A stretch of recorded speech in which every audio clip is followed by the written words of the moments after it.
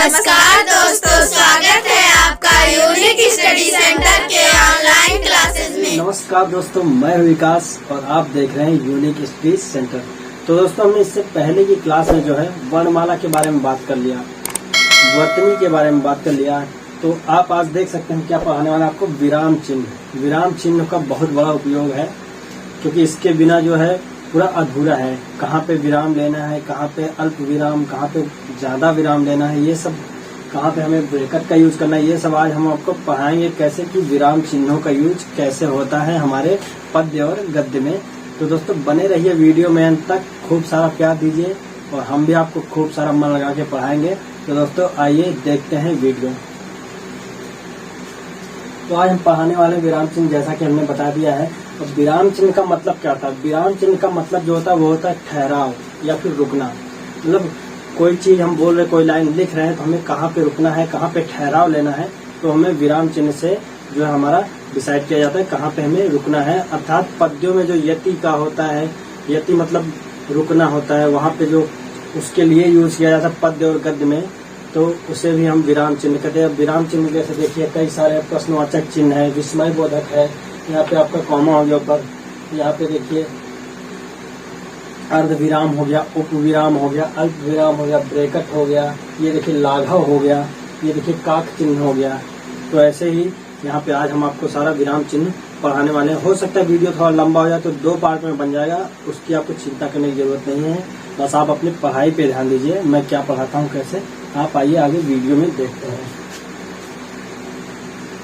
सबसे पहले मैंने क्या बताया, विराम चिन्ह का मतलब क्या होता है? रुकना या फिर जो है ठहराव। मतलब हम जब किसी चीज को बोलते हैं जहाँ पे वाक्य पूरा हो जाता है, उसके लिए जो हम रुकते हैं, थोड़ा विराम लेते हैं या ठहराव लेते हैं, उसी को हम जो है विराम चिन्ह बोलते हैं। मतलब किसी पंक्ति को बोलने में जो भाव, किसी पंक्ति में जो भाव निकल रहे हैं, उसके बोलने में जो भाव में ठहराव लिया जाता है, जब कोई चीज बोलते हैं उसके लिए फिर हम रुक जाते हैं, तो उसी के लिए हमें विराम चिन्ह का प्रयोग किया जाता है। अब जैसे इसका एक एग्जाम्पल बता दें, जैसे क्या,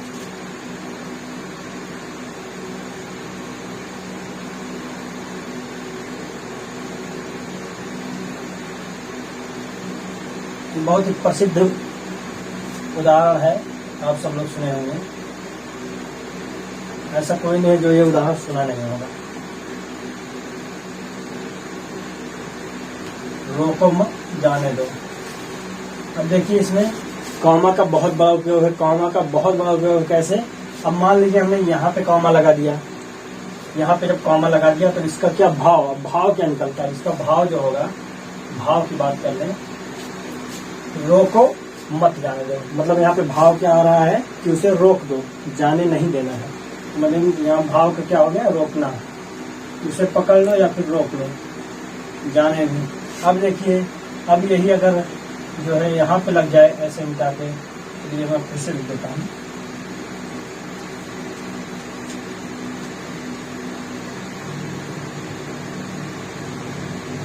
रोको मत जाने दो। अब देखिए अगर इसमें जो है यहाँ पे कामा लगा था, तो इसका भाव क्या हो गया? रोको मत जाने दो। उसको मतलब पकड़ लो या फिर रोक लो। अब यही कामा मैं अगर इधर लगा देता हूँ तो क्या हो गया इसका मतलब? कि रोको मत, मतलब उसे मत रोको, जाने दो। तो यहाँ पे क्या भाव निकला? अगर कोई इसको पकड़ा हुआ है तो इसका भाव क्या मतलब? छोड़ दो।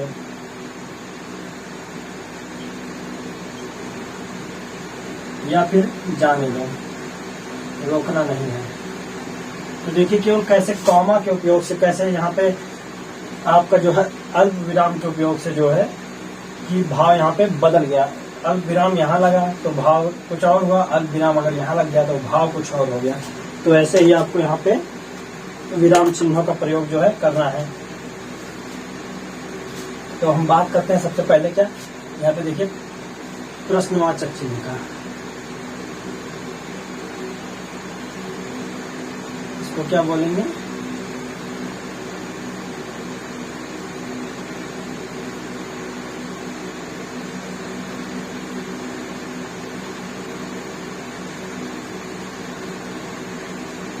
अब देखिए चिन्ह है यहाँ पे भी देखिए, या तो ऐसे लिखा होगा या तो ऐसे, कोई कंफ्यूजन की बात नहीं, कोई चिंता नहीं करना है। चिन्ह ऐसे भी लिखा जाता है। कल मैंने आपको हा का प्रयोग कैसे बताया था, हा, आधा हा, पूरा ना। अब यहाँ पे देखिए क्या है, जो हा आधा है प्लस ना पूरा है, हा और ना मिलके जो है क्या बना दिया यहाँ पे, ये वाला बना दिया ऐसे। तो यहाँ पे कंफ्यूज नहीं होना है, ऐसे भी लिखा आ सकता है, ऐसे भी लिखा है। बस इसमें ये जानिए कि हा आधा होगा और ना पूरा होगा, जैसा कि मैंने कल आपको बता दिया था। तो ऐसे प्रश्नवाचक चिन्ह का प्रयोग कहाँ होता है? प्रश्नवाचक चिन्ह का प्रयोग जो होता है जब कोई किसी से कुछ पूछता है या प्रश्न करता है, तो वहाँ पे प्रश्नवाचक, जैसे आप कहाँ जा रहे हैं, आप क्या कर रहे हैं, उसको किसने मारा। तो यहाँ पे एक जो है सामने वाले से कुछ प्रश्न किया जा रहा है, तो यहाँ पे प्रश्नवाचक चिन्ह प्रयोग हो रहा है। तो मैं आपको यहाँ पे एग्जांपल लेके बता रहा हूँ प्रश्नवाचक चिन्ह का। जैसे कोई बोल दिया कि आप कैसे हैं,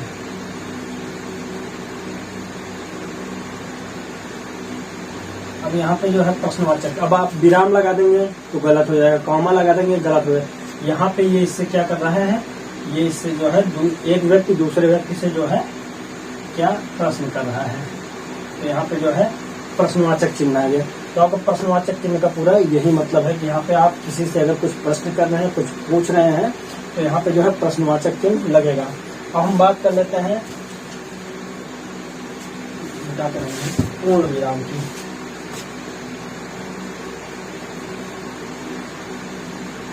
पूर्ण विराम ऐसे होता है, पूर्ण विराम ऐसे लगता है सीधा खड़ी पाई।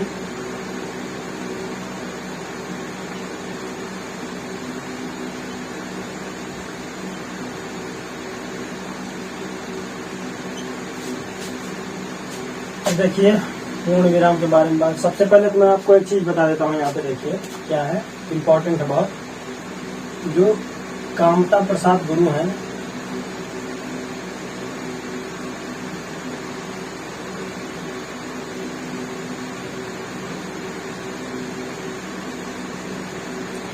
ये जो कामता प्रसाद गुरु जी हैं, इनके अनुसार जो है टोटल जो है पूरी 20 जो है विराम चिन्ह है। कामता प्रसाद गुरु के अनुसार जो है 20 विराम चिन्ह है पूरे। और इन्होंने क्या कहा कि 20 विराम चिन्ह है, और क्या बताया, और इन्होंने बताया कि जो केवल पूर्ण विराम छोड़ के, मतलब ये पूर्ण विराम को छोड़ के, पूर्ण विराम के अलावा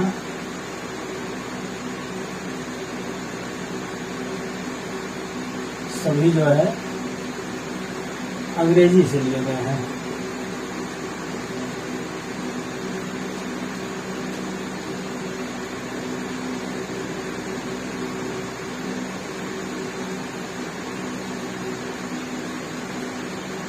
मतलब ये कामता प्रसाद गुरु जी ने क्या कहा, 20 विराम चिन्ह पूरे हैं हिंदी में, लेकिन जो पूर्ण विराम को छोड़ के बाकी जितने हैं सब अंग्रेजी भाषा से लिए गए हैं। तो इन्होंने ये बताया। यहाँ हम पूर्ण विराम की बात करें, पूर्ण विराम जो है जब हम किसी जब हम किसी वाक्य को बोल रहे हैं, किसी वाक्य को लिख रहे हैं, तो वहाँ पे जो है ठहराव, एक यति, पद्यों में क्या यूज होता है, यति को क्या कहते हैं, विराम कहते हैं। जैसे हम छंद पढ़ेंगे, पद्य पढ़ेंगे, तो फिर विराम के लिए जो शब्द यूज किया है वो यति कहा गया है। तो मतलब पद्य की लाइनों में या फिर गद्यों में जो है एक विराम देने के लिए, एक ठहराव देने के लिए हम क्या है, जहाँ पे पूरा वाक्य खत्म हो जाता है, वाक्य के अंत में लगाते हैं। सबसे बड़ी बात क्या है ये कि वाक्य के अंत में लगाते हैं।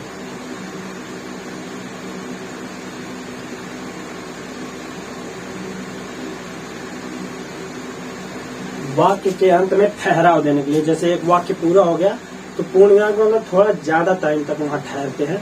जैसे अल्प विराम में कम, अर्ध विराम में थोड़ा उससे ज्यादा, लेकिन यहाँ पूर्ण विराम पे ज्यादा देर के लिए ठहराव आता है। तो यहाँ पे हम वाक्य के अंत में जो है क्या है, पूर्ण विराम यूज करते हैं। अब जैसे कोई वाक्य ले लेते हैं,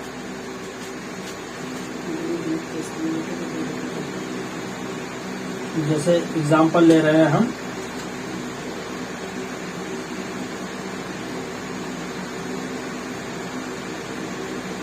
वह खाना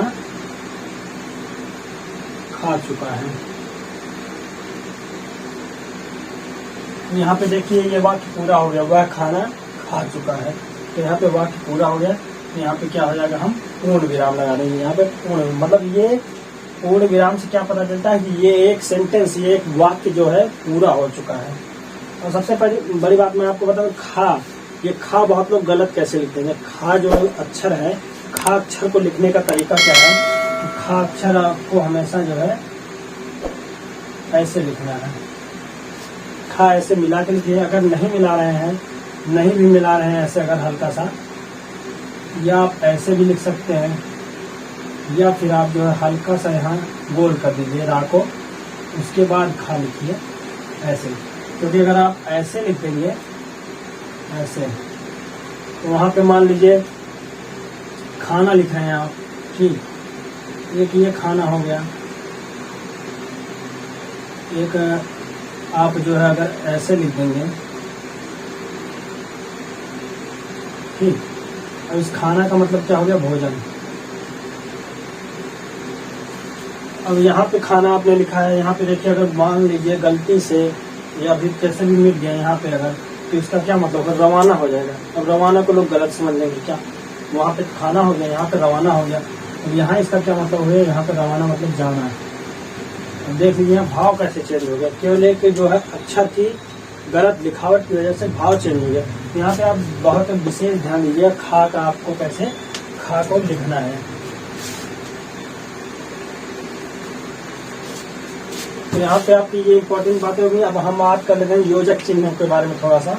योजक चिन्ह मैंने कल आपको बता दिया था वर्तनी में, लेकिन यहाँ पे बता दिया, यहाँ पे दिया है योजक चिन्ह, तो उसके बारे में थोड़ा बात कर लेते हैं। योजक चिन्ह को जो है, योजक चिन्ह ऐसे लगते हैं। अब योजक चिन्ह ज्यादातर कहा जाता है द्वंद्व समासों में। द्वंद्व समास में क्या होता है, द्वंद्व समास में ये होता है कि जैसे दोनों पद प्रधान हो, दोनों पद जो है द्वंद्व समास में प्रधान होते हैं, तो वहाँ पे योजक चिन्ह, या फिर दो शब्दों के बीच में जहाँ और लिखा होता है उसकी जगह पे हम योजक चिन्ह का प्रयोग कर सकते हैं, या फिर योजक चिन्ह की जगह पे हम और भी लिख सकते हैं। जैसे यहाँ पे क्या हो गया, माता और पिता, माता और पिता हो गया। अब हम और ना लगाना चाहें, और नहीं लगाना चाहते हैं, तो हम क्या करेंगे, यहाँ पे यहाँ और को मिटा के हम क्या कर सकते हैं, यहाँ पे योजक चिन्ह है, ये योजक चिन्ह। यहाँ पे माता भी जो है पद प्रधान है, यहाँ पे पिता भी पद प्रधान है, यहाँ पे और को हटा के हम योजक चिन्ह का प्रयोग कर सकते हैं। यहाँ पर हमने क्या बताया, यहाँ ज्यादातर द्वंद्व समास में यूज होता है, जिसमें दोनों पद प्रधान होते हैं।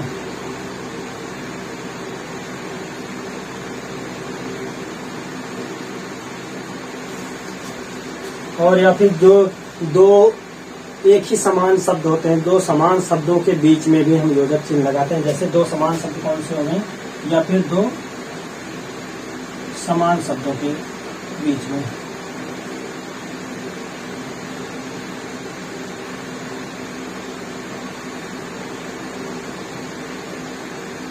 ये दो समान शब्दों के बीच में कैसे, अब इसका उदाहरण लेते हैं। दो समान शब्द कौन से हो गए, जैसे धीरे धीरे,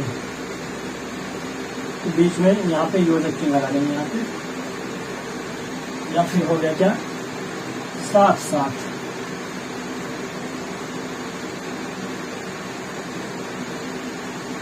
ये देखिए दो समान शब्दों के बीच में योजक चिन्ह का प्रयोग कैसे हुआ, धीरे धीरे साथ साथ। द्वंद्व समास जहाँ दोनों पद प्रधान होते हैं, यहाँ पे क्या मैंने बताया, माता पिता, या फिर रात दिन। तो यहाँ पे देखिए द्वंद्व समास क्या, योजक चिन्ह, इसे हम क्या बोलेंगे, यहाँ पे लिखते हैं योजक चिन्ह।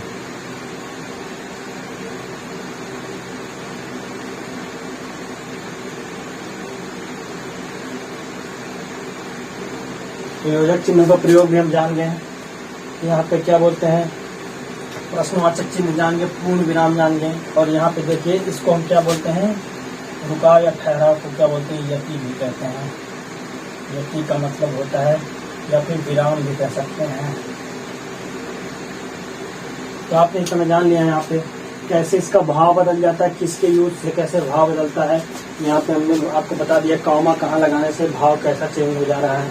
यहाँ पे हमने आपको बता दिया कामता प्रसाद गुरु के अनुसार 20 विराम चिन्ह होते हैं, और जो है पूर्ण विराम के अलावा जो भी हैं वो सब अंग्रेजी शब्दों से, अंग्रेजी क्या भाषा से लिए गए हैं।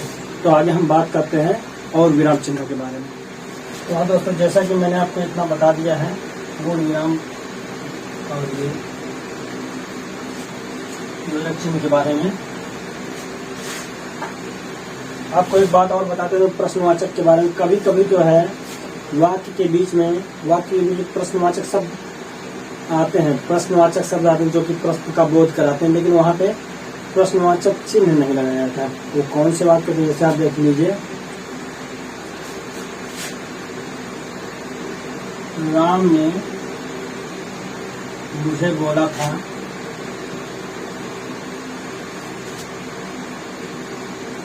राम ने मुझे बोला था कि वह कहाँ गया था।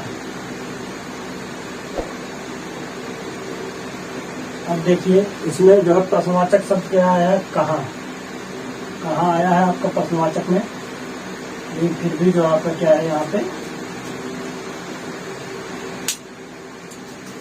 प्रश्नवाचक चिन्ह नहीं प्रयोग किया गया है। अब यहाँ पे देखिए राम ने मुझे बोला था कि वह कहाँ गया था, तो यहाँ पे वो बता रहे कहाँ गया था। कहाँ जो है प्रश्नवाचक शब्द भी आया, लेकिन यहाँ पे प्रश्नवाचक चिन्ह का प्रयोग नहीं हुआ। ऐसे शब्द होते हैं जिनमें जो है प्रश्नवाचक का प्रयोग नहीं किया जाता है, लेकिन यहाँ पे प्रश्नवाचक जो है आते हैं। और बात कर लेते हैं हम जो है कि जो है प्रश्न जो है किया जाता है, पूछा नहीं जाता है। जैसे अध्यापक ने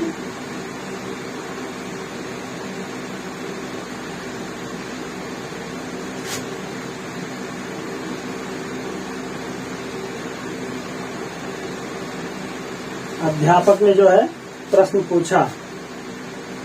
अब ये क्या है, यहाँ पे जो है ये सही नहीं है। अध्यापक ने प्रश्न पूछा, ये जो है आपका गलत हो जाएगा। इसका सही क्या होगा, इसका सही ये हो जाएगा अध्यापक ने प्रश्न जो है किया। अध्यापक ने जो है प्रश्न किया, क्योंकि प्रश्न हमेशा किया जाता है, प्रश्न कभी पूछा नहीं जाता है। तो इसमें यह अध्यापक ने प्रश्न पूछा, ये गलत हो जाएगा। अध्यापक ने प्रश्न किया, ये आपका सही हो जाएगा।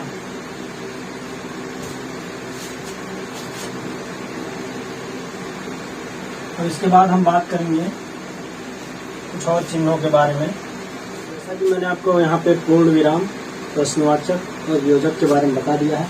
आगे देखिए हम कौन कौन सा बात करने वाले हैं। यहाँ पे विस्मयादिबोधक के बारे में बात करने वाले हैं, कोष्ठक के बारे में बात करने वाले हैं, लाघव चिन्ह बताएंगे आपको क्या होता है, थोड़ा धैर्य रखिए। त्रुटि पूरक, काक पद या फिर हंस पद, ये कौन सा चिन्ह होता है इसके बारे में बताएंगे, और कहाँ यूज होता है, कहाँ पे उपयोग होता है। इसके बाद ये देखिए हंस पद, यहाँ पे अंग बिंदी होगी। मैंने आपको बताया है कि अनुस्वार का प्रयोग कैसे होगा। और यहाँ पे अगर हंस को आप ऐसे लिख देंगे, हंसना वाला हंस हो जाएगा, मतलब हंसना, ये क्रिया हो जाएगी। और यहाँ पे एक संज्ञा है, इसका खास ध्यान रखिएगा, कहाँ पे आपको अंग बिंदी का प्रयोग करना है, कहाँ पे आपको चंद्र बिंदु का प्रयोग करना है। चलिए आइए बात करते हैं विस्मयादिबोधक के बारे में।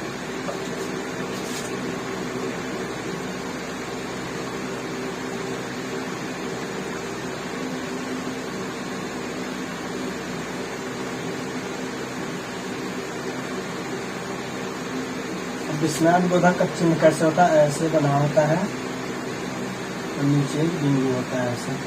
ये आपका हो गया विस्मयादिबोधक। और विस्मयादिबोधक होता क्या है, विस्मयादिबोधक चिन्ह ऐसे होते हैं जो भावों को प्रकट करने के लिए प्रयोग किए जाते हैं, जैसे हंसना या फिर आश्चर्य की बात हुई, या फिर प्रेम का बात हुई, या फिर किसको बुलाना हुआ। तो यहाँ पे विस्मयादिबोधक का, या फिर किसी को संबंध दिखाना, संबंध बोधक के रूप में भी इसका प्रयोग किया जाता है। विस्मयादिबोधक का संबंध बोधक के रूप में या फिर भाव को व्यक्त करने के लिए विस्मयादिबोधक का प्रयोग करते हैं। यहाँ पे देखिए क्या, संबंध बोधक,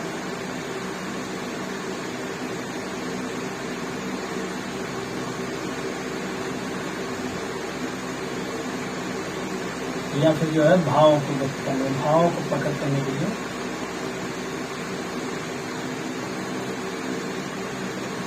यहाँ पे जो है विस्मयादिबोधक। अभी इसका उदाहरण क्या होगा, यहाँ पे उदाहरण देख लीजिए।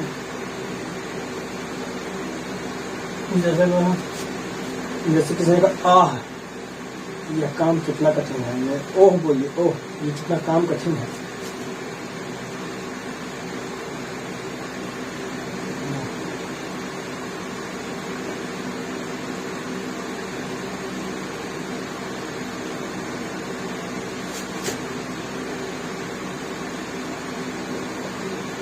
यहाँ पे देखिए कि इसने क्या बोला, ओह ये कितना कठिन काम है। अब यहाँ पे व्यक्त किया जा रहा, भाव दिखाया जा रहा कि ये काम कितना है। ओह, ये बोला ओह, तो ये जो शब्द यूज हुआ है, ये विस्मयादिबोधक जो शब्द यूज हुआ है, ये इससे संबंध दिखा रहा है। तो यहाँ पे ओह के बाद जो है आपका क्या है, यहाँ पे विस्मयादिबोधक चिन्ह लगे। यह कहने के वाह तुम कितने अच्छे खिलाड़ी हो, यहाँ पे भाव दिखा रहा है ना, उसकी प्रशंसा कर रहा है, वाह तुम कितने अच्छे खिलाड़ी हो। वाह के बाद यहाँ पे जो आपका विस्मयादिबोधक चिन्ह लग जाएगा।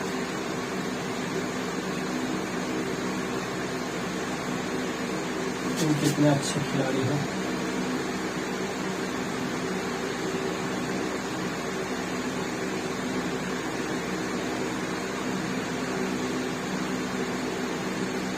तो यहाँ पे देखिए विस्मयादिबोधक के बाद क्या, संबंध बोधक के रूप में या भावों को व्यक्त करने के लिए हम जो है विस्मयादिबोधक चिन्हों का प्रयोग करते हैं। जैसे यहाँ पे देखिए तो प्रशंसा कर रहा है, वहाँ पे दुख दिखा रहा है, कठिनाई दिखा रहा है। अब हम क्या बात करते हैं, कोष्ठक के बारे में बात कर लेते हैं।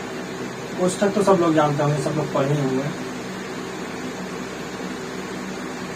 कोष्ठक में आपका देख लीजिए, जैसे ये वाला कोष्ठक आ गया, छोटा कोष्ठक, मंझला कोष्ठक, ये आपका बड़ा कोष्ठक आ गया है। इनका प्रयोग कहाँ, इनका प्रयोग जो है वाक्यों के बीच में होता है। कहाँ होता है, जैसे कोई कठिन वाक्य, कठिन शब्द दे दिया, कोई शब्द दिया हो, उसका अलग से अर्थ दिखाना हो, अलग से कोई मतलब बताना हो, तो वहाँ पे उस शब्द के बगल में कोष्ठक लगा के उसका अलग से अर्थ, जो अलग से भाव समझाने के लिए उस कोष्ठक में यूज किया है, उपयोग किया जाता है। तो वहाँ पे कोष्ठक का प्रयोग किया जाता है अलग से अर्थ बताने के लिए। और जैसे इसका मैं कोई एग्जाम्पल लेता हूँ, जैसे किसी झगड़ा हुआ, कुछ भी हुआ, तो बोलता मैं जानता हूँ आपकी क्षमता को, मैं जानता हूँ आपके सामर्थ्य को, मैं जानता हूँ। तो बोला अरे हम निपट ले, हम जाने तुम्हारा कितना क्षमता है, कितना सामर्थ्य है, हम जाने थे। तो इसमें कैसे हुआ, मैं आपके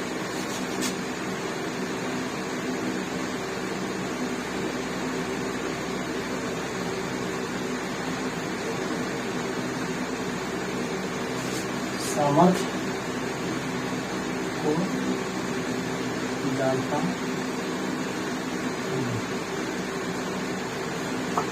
मैं आपके सामर्थ्य को जानता हूँ। अब यहाँ पे जो है, यहाँ देखिए सामर्थ्य, सामर्थ्य को क्या बोलते हैं, शक्ति भी बोलते हैं। तो यहाँ पे देखिए क्या है, अब कोष्ठक का यूज कैसे होगा, कहाँ होगा, कोष्ठक का यूज देखिए यहाँ पे होगा, जिसको जगह नहीं छोड़ा था, यहाँ पे देखिए कोष्ठक में इसको शक्ति दिखा दिया।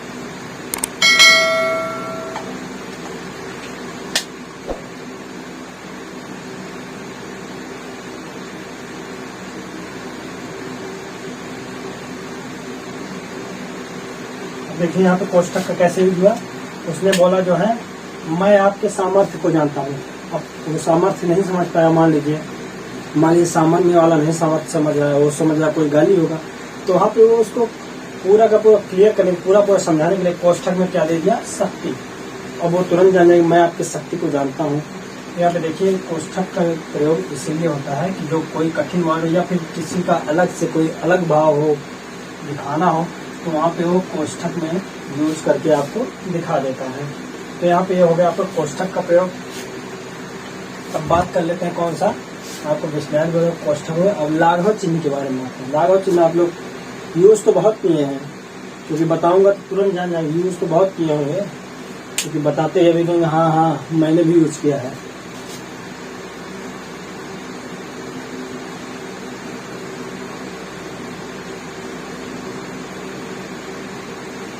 अब देखिए लाघव चिन्ह का जैसे छोटा सा शून्य बना होता है, छोटा सा जीरो होता है, वो भी नीचे होता है। अब लाघव चिन्ह का प्रयोग देखे कैसे होता है। लाघव चिन्ह का प्रयोग, लाघव का मतलब ही क्या है, लाघव मतलब लघु, मतलब छोटा कर देना, किसी चीज को छोटा कर देना, किसी चीज को सिमटा कर लिखना, मतलब छोटा करके लिखना लाघव कहलाता है। वो कौन, ये चिन्ह जो है किसी चीज को छोटा करने के बाद आगे ये चिन्ह लगा दिया जाता है तो वो पे लघु आकार हो जाता। अब लाघव चिन्ह कहाँ, ये किसी पद का हो, किसी का पद का नाम हो, कोई जगह का नाम हो, कोई पद हो, कोई बड़ा पद है तो उसका लघु करके लिखना। जैसे डॉक्टर को क्या लिखते हैं, डा लिख के आगे ये लाघव चिन्ह लगा देते हैं। ऐसे ही किसी पद को दर्शाने के, पद को, पद का लघु रूप दर्शाने के लिए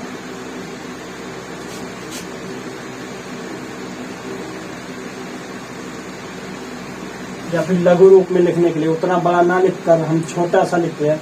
अब जैसे इसका एग्जांपल क्या हुआ,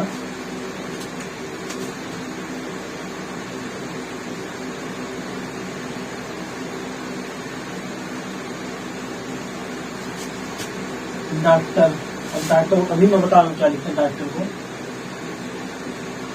इंजीनियर, प्रोफेसर,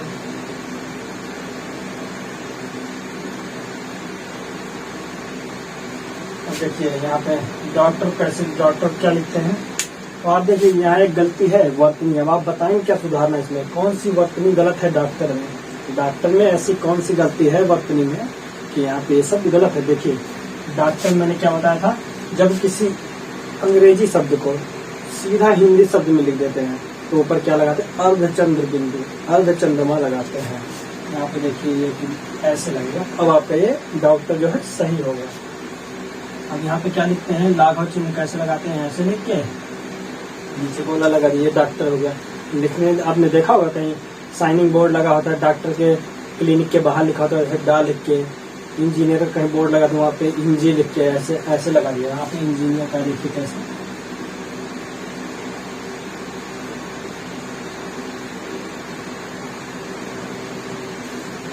डॉक्टर, इंजीनियर, ऐसे लाघव चिन्ह का प्रयोग, मतलब डॉक्टर का लघु रूप करके लिख दिए। इससे सामने वाला ऐसे लिख दिए, समझ जाएगा वो डॉक्टर है, वो समझ जाएगा इंजीनियर है, प्रोफेसर है।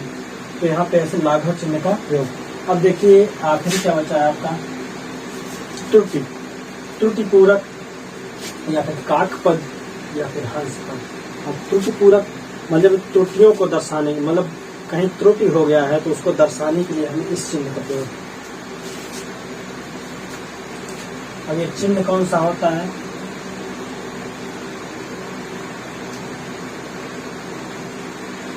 त्रुटि पूरक, काक पद या फिर हंस पद। ये चिन्ह जो होता है आपका उल्टा भी आकार का, वहां देखिए बनाना एक चिन्ह उल्टा भी आकार का, ये जो है आपका त्रुटि पूरक। अब इसका उपयोग कैसे करते हैं, उपयोग ऐसे करते हैं कि जब हम जैसे कोई वाक्य लिख रहे हैं, कोई भी वाक्य लिख रहे हैं, वहां पे कोई पद, कोई शब्द छूट गया है तो हम ये त्रुटि पूरक का यूज करके उस शब्द को हम वहां पे दर्शा सकते हैं। जैसे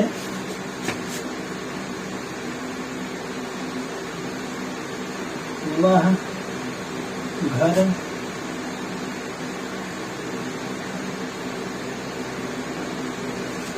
आने ही था।